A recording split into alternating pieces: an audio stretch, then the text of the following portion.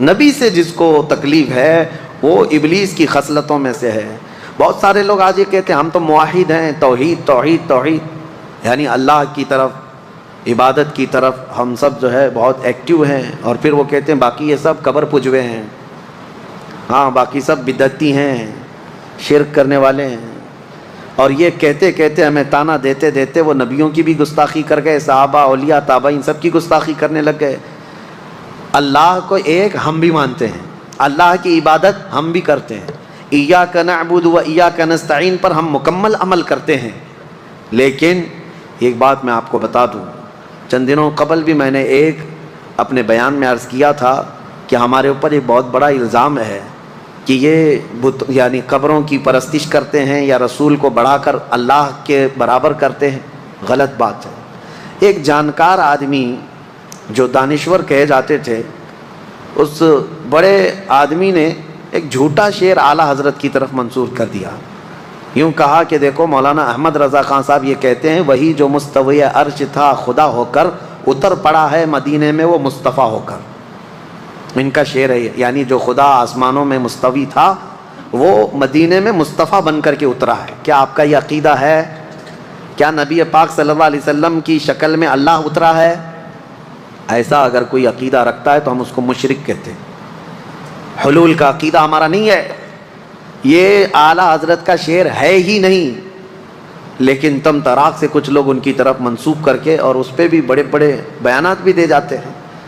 بیچاروں کے علم کی کمی ہے۔ میں آپ کو بتاؤں، امام اہل سنت فاضل بریلوی نے حلول کا عقیدہ تو چھوڑو، قبروں کے سامنے جھکنے کو منع فرمایا، قبر سے 4 قدم دور کھڑے ہونے کا حکم دیا، قبر کو چومنے سے بھی منع کیا، سجدہ تو دور کی بات ہے، چومنے سے بھی منع کیا، دور کھڑے رہے۔ عبادت ہمارے ہاں صرف اور صرف اللہ رب العزت کی ہے، صرف اللہ رب العزت کی ہے۔ نبی پاک صلی اللہ تعالیٰ علیہ وسلم کی ہم عظمت کرتے ہیں۔ اب میں آپ کو بتاؤں ان میں اور ہم میں فرق اتنا ہی ہے کہ وہ توحید کے نام پر نبی کو گرا دیتے ہیں، لیکن ہم کیا کہتے ہیں؟ میں مانتا ہوں اے عقل والو میرا محمد خدا نہیں ہے، مگر دلوں میں یہ نقش کر لو کہ وہ خدا سے جدا نہیں ہے۔ یہ ہمارا، ہم نبی اکرم صلی اللہ تعالیٰ علیہ وسلم کی عظمت کو دل و جان سے تسلیم کرتے ہیں۔ اسی لیے اعلیٰ حضرت نے فرمایا ہے مومن وہ ہے جو ان کی تعظیم پہ مرے دل سے، مومن وہ ہے جو ان کی تعظیم پہ مرے دل سے۔ نجدی بھی تو کرتا ہے تعظیم مرے دل سے، نجدی بھی تو کرتا ہے تعظیم، دونوں جگہ مرے دل کا مطلب سمجھ گئے نا؟ ہاں ہوشیار لوگ ہیں سمجھ جائیں گے۔ ابلیس نے سجدہ نہ کر کے ہمیشہ کے لیے مردود ہونا قبول کر لیا۔ اب سنو، اللہ فرماتا ہے میں تجھے وقت دیتا ہوں قیامت تک کا۔ اس نے کہا فَبِمَا أَغْوَيْتَنِي لَأَقْعُدَنَّ لَهُمْ صِرَاطَكَ الْمُسْتَقِيمَ، مولا میں تیرے سیدھے راستے پر بیٹھ جاؤں گا، اور جو اس راستے سے گزرے گا میں دائیں بائیں آگے پیچھے سے آ کر کے اس کو گمراہ کروں گا۔ اللہ تعالیٰ نے فرمایا ٹھیک ہے تو گمراہ کرتے رہے، لیکن اللہ فرماتا ہے لَأَمْلَأَنَّ مِنْكَ وَمِمَّنْ تَبِعَكَ، یعنی جہنم کو میں تجھ سے اور تیرے پیروکاروں سے بھر دوں گا، اللہ نے فرمایا۔ اب یاد رکھو میرے عزیزو، جو ابلیس کے پیچھے چلا اللہ اس سے دوزخ کو بھر دے گا۔ اب اس نے سٹارٹنگ کہاں سے کیا، شروعات کہاں سے کی؟ آدم علیہ السلام کو پیدا کرنے کے بعد اللہ نے آدم علیہ السلام کو جنت میں رکھا۔ جنت میں، ہمارا اصلی گھر کہاں ہے؟ ہمارے باپ کا گھر جنت ہے، اصلی گھر وہی ہوتا ہے نا، باپ کا گھر۔ آدم علیہ السلام جنت میں تھے، لیکن ایک بے قراری تھی، اکیلے تھے، انسان اکیلا نہیں رہ سکتا، تو اللہ تعالیٰ نے ان کی بائیں پسلی سے ایک عورت پیدا کیا جو ہماری ماں ہے، حضرت حوا۔ آدم علیہ السلام جب انہیں دیکھتے ہیں حوا کو، جنت میں پیدا ہوئی عورت کہاں پیدا ہوئی ہے؟ جنت میں پیدا ہوئی ہے۔ جنت کی نعمتیں جتنی حسین ہیں، اسی لیے دنیا میں اسے حسن دیا گیا ہے۔ آدم علیہ السلام اس کی طرف بڑھنے لگے تو رب تعالیٰ نے فرمایا تمہارے لیے ابھی حلال نہیں، اس کا مہر دو۔ تو مہر دینا جنتی قانون ہے، یہ جنتی قانون۔ آدم علیہ السلام نے پوچھا مولا یہاں کیا مہر دوں؟ رب تعالیٰ نے فرمایا تمہاری اولاد میں اخیر زمانے میں میرا ایک محبوب نبی پیدا ہوگا، محمد صلی اللہ علیہ وسلم، زمین میں آسمانوں میں احمد، ان پر 20 بار درود بھیجو تمہارا مہر ادا ہو جائے۔ السلام علیکم ورحمۃ اللہ وبرکاتہ۔ رکو دوست رکو، کہ آپ کو معلوم ہے کہ مزاروں پہ سجدہ کرنا، مزاروں کو طواف کرنا، مزاروں پہ چادر چڑھانا، قبروں کو چومنا، کیا یہ سب جائز ہے یا حرام ہے؟ آپ سب سے پہلے مفتی سلمان اظہری صاحب کے بیانات کو سماعت کر لیں۔ آدم علیہ السلام کا مہر کیا تھا؟ درود مصطفیٰ، حضور اکرم صلی اللہ علیہ وسلم پر درود بھیجا۔ اب حضرت حوا اور آدم علیہ السلام ساتھ ساتھ رہ رہے تھے، اچھے خاصے رہ رہے تھے، لیکن ایک آرڈر تھا ان کو دونوں کو، لا تقربا ہذہ الشجرہ، ایک درخت کی طرف اللہ نے حکم فرمایا تھا اس کے قریب مت جانا۔ وہ درخت جنت میں ہے لیکن اللہ کی حکمت منع کیا گیا تھا، قریب مت جانا اس درخت کے، اگر جاؤ گے تو پھر غلط ہو جائے گا، غلط ہو جائے گا، تو وہ نہیں جاتے تھے۔ اب شیطان کا جو مقابلہ شروع ہوا انسان کو گمراہ کرنے کا، تو وہیں سے شروع ہوا۔ ابلیس جو ہے آسمانوں پر جاتا تھا اس وقت، اور فرشتوں کے بیچ اس کا آنا جانا سب لگا تھا، تو وہ جنت کے دروازے تک گیا اور دونوں کو بلا کر کے بات چیت کرنے لگا، ان کی تعریف کیا، کیا نعمتیں ہیں آپ کی، بہت خوبصورت زندگی ہے، لیکن مجھے اندیشہ ہے، ڈر ہے کہ آپ کو اللہ نکال نہ دے جنت سے۔ تو گھبرا گئے، کہا کیوں نکالے گا اللہ تعالیٰ؟ کہا اس لیے کہ وہ درخت جو ہے اسی کے اندر حکمت ہے، وہ جو کھا لے گا اس کا پھل وہ ہمیشہ جنت میں رہے گا، نہیں کھائیں گے تو نکلنا پڑ سکتا ہے۔ اس نے ایسی پٹی پڑھائی، یعنی جس کو کہتے ہیں گمراہ کرنے کے طریقوں کے ساتھ۔ آدم علیہ السلام کے پاس اس نے اس طرح کہا، آدم علیہ السلام پھر بھی منع کرتے رہے، نہیں میرے رب کا حکم ہے میں نہیں کھاؤں گا، لیکن بی بی حوا نے کہا آپ نہیں کھائیں گے، میں توڑ کے لاتی ہوں، میں توڑ کے لاتی ہوں، پھل کھا لیں گے دونوں۔ اللہ نے قریب جانے سے منع کیا، کھانے سے منع تھوڑی نہ کیا، یہ بھی شیطان کی دلیل تھی، شیطان کی دلیل۔ کچھ لوگوں کے پاس ابھی ایسی منطق ہوتی ہے، لفظوں کی منطق، یہ نہیں کہا یہ نہیں کہا، مقصد کیا ہے اس کا وہ تو پتہ ہے۔ تو حضرت حوا نے کہا میں توڑ کر کے لاتی ہوں، وہ توڑ کر کے لے بھی آئی، وہ کس چیز کا پھل تھا واللہ عالم، درخت سے پھل لے کر کے آئی، آدم علیہ السلام نے آدھا کھا لیا، وہ بھی آدھا کھا لی، جیسے ہی کھائے ان کے کپڑے اتر گئے، جنت میں ہی سے لباس اتر گیا پورا، وہ گھبرائے بہت زیادہ، شیطان اپنا کام کر چکا تھا، وہ چلا گیا۔ تو وہاں تو درخت تھے جنت کے، ان درختوں سے انہوں نے پتے لیے اور اپنے جسم کو چھپایا، درختوں کے پتوں سے اپنے جسم کو چھپایا، اتنی ہی دیر گزری تھی قہار و جبار خدا کا اعلان ہو گیا، اہبطوا منہا جمیعا، اس جنت سے تم سب کے سب نکل جاؤ، زمین میں جاؤ۔ اللہ کا حکم تھا، آدم علیہ السلام اور حضرت حوا ہی تھے، لیکن حکم جمع کے لیے سب کے سب نکل جاؤ۔ تفسیر میں فرمایا تھے تو دو ہی، لیکن اللہ فرمایا تم سب کے سب نکل جاؤ۔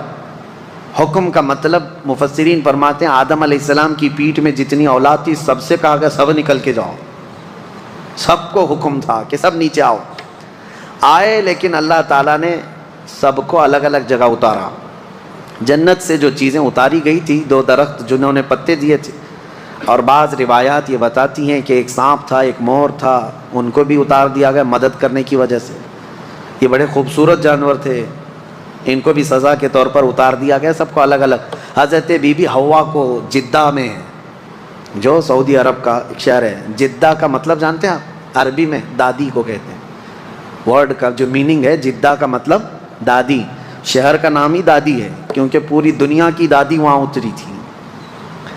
اور حضرت آدم علیہ السلام کو ہندوستان میں اتارا گیا، سب کو الگ الگ، ایک درخت کو ادھر ایک درخت کو ادھر، اور آپس میں سب کے دشمنیاں بھی ڈال دی گئیں۔ ابلیس کو بھی بھیج دیا گیا، اب اس کے بعد اس کو وہاں جانے پر پابندی لگا دی گئی، اب تو جنت کے قریب بھی نہیں آئے گا، فرشتوں کے بیچ میں بھی نہیں آئے گا۔ اب جب بھی وہ جانے کی کوشش کرتا ہے فرشتے اس سے مار کے بھیجتے ہیں، جو تارا ٹوٹنے کی جو چیزیں نظر آتی ہیں اس کو کہا گیا ہے یہ جو ستارہ ٹوٹنا شہاب ثاقب ہے، یہ فرشتوں کی مار ہے، جو شیطان اوپر جانے لگتا ہے تو اسے مار کے بھیجتے ہیں۔ کیوں جاتا ہے وہ بھی میں بتاؤں، وہ اپنے مریدوں کو کچھ خبریں لے کر آنے کے لیے جاتا ہے، اس کے جو بابا لوگ ہیں، جوتش لوگ ہیں، چٹی والے بھی ہیں، وہ ابلیس جاتا ہے سن کر کے آتا ہے، فرشتوں کے درمیان بات چیت جو ہو رہی ہوتی ہے نا، اللہ کے احکام بندوں میں ابھی کیا کیا ہونے والا ہے، تو یہ جا کے چوری کرنے جاتا ہے، تو فرشتے وہاں سے مار کے بھیجتے ہیں، پھر بھی آدھا سن لیتا ہے اور آدھا اپنی طرف سے ملا کر کے جوتیشوں کو بتاتا ہے، نجومیوں کو بتاتا ہے۔ اور جو سفلی لوگ ہیں، سفلی عمل کرتے ہیں، جو ابلیس کو راضی کرتے ہیں، سفلی، سلفی نہیں، سلفی ایک الگ چیز ہے، سیلفی بھی نہیں، سیلفی ایک موبائل کی چیز ہے، اور سلفی ایک جماعت ہے۔ اہل حدیث حضرات اپنے آپ کو سلفی کہتے ہیں، میں سفلی بول رہا ہوں، ہاں سب میں تھوڑا تھوڑا سا فرق ہے۔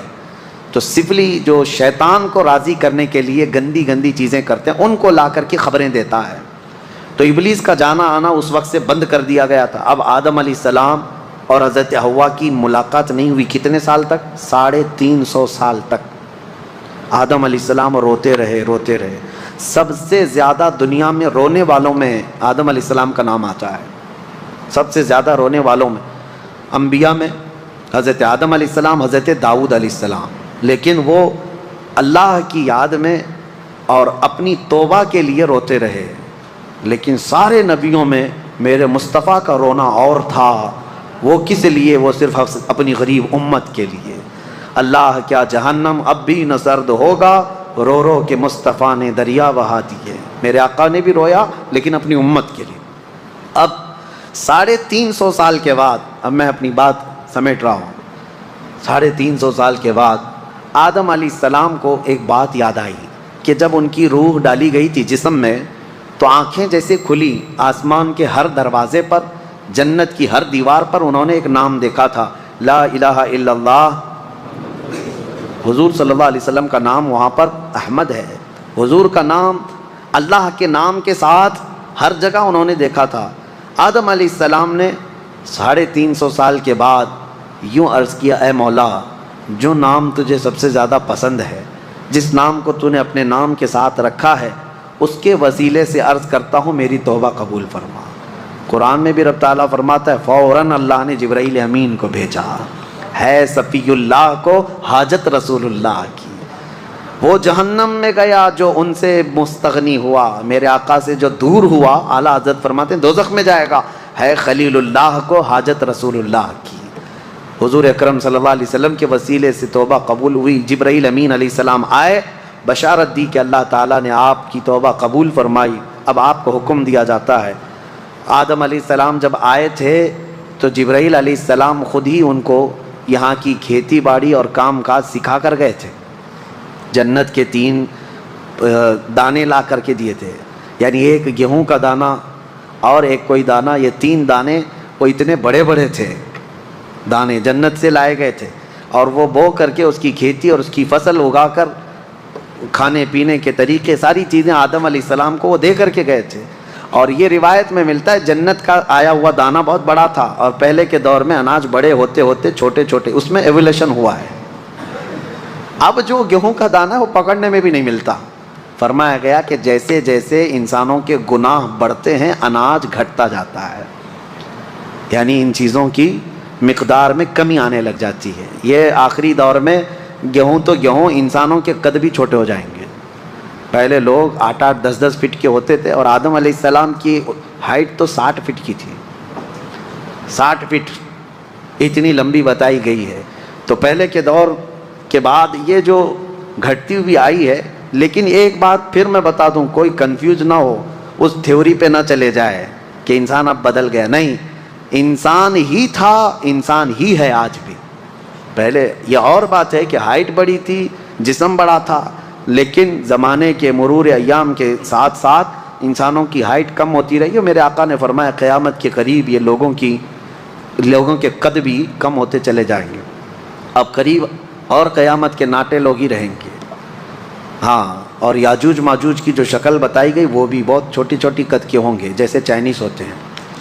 ہاں، ان کی آنکھیں چھوٹی چھوٹی ہوں گی، جیسی ان کی شکل ہے، لال رنگ کے ہوں گے، یہی شکل بتائی گئی ہے، اور پوری دنیا گھومیں گے، ہر چیز کھا جائیں گے جیسے چائنیز کھاتے ہیں۔ ہاں، یہ اس لیے بھی میں بول رہا ہوں کہ بعض جو دانشور ہیں، ایک امریکہ کے بڑے ڈاکٹر ہیں، انہوں نے کہا میری تحقیق کے مطابق یاجوج ماجوج آ گئے، وہ چائنیز ہی ہیں، دنیا میں سب سے زیادہ تعداد بھی ان کی ہے، اور سب سے زیادہ دنیا میں پھیلے بھی وہی ہیں، اور ہر چیز، ہر کیڑا مکوڑا سب کھاتے بھی وہی ہیں۔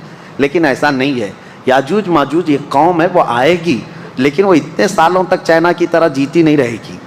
ہاں وہ فساد مچائیں گے، لیکن چند دنوں کے بعد اللہ تعالیٰ ان کی گردن میں ایک کیڑا پیدا کرے گا، کوئی وائرس ہوگا اس زمانے کا، کوئی کورونا آئے گا، اور اس سے وہ ایک ساتھ پورے کے پورے ہلاک ہو جائیں گے۔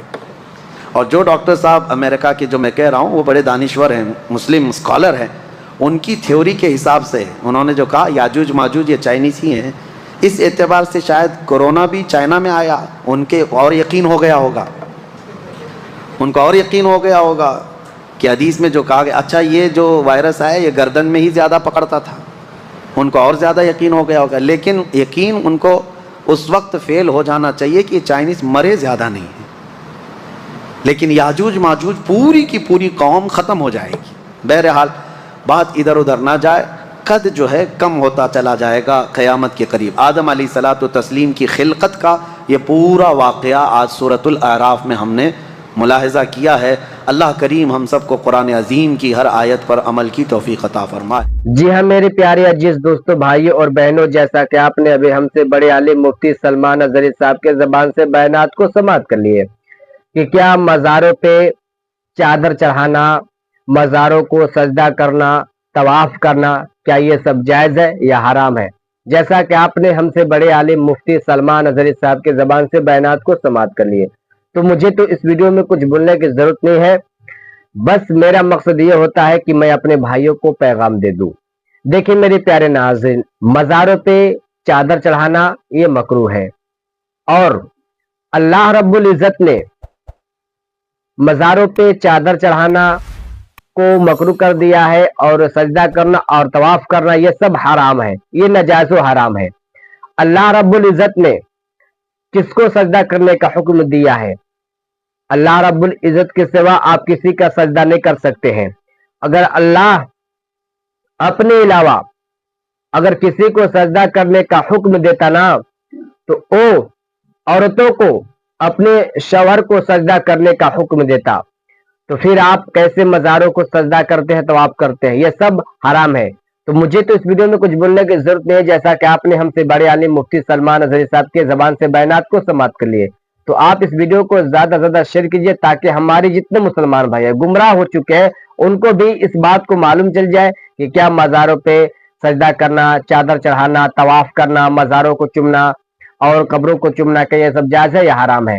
تو اس ویڈیو کو شیئر کر دیں۔ میں آپ کا میزبان قاری تسبیح عالم، السلام علیکم ورحمۃ اللہ وبرکاتہ، خدا حافظ۔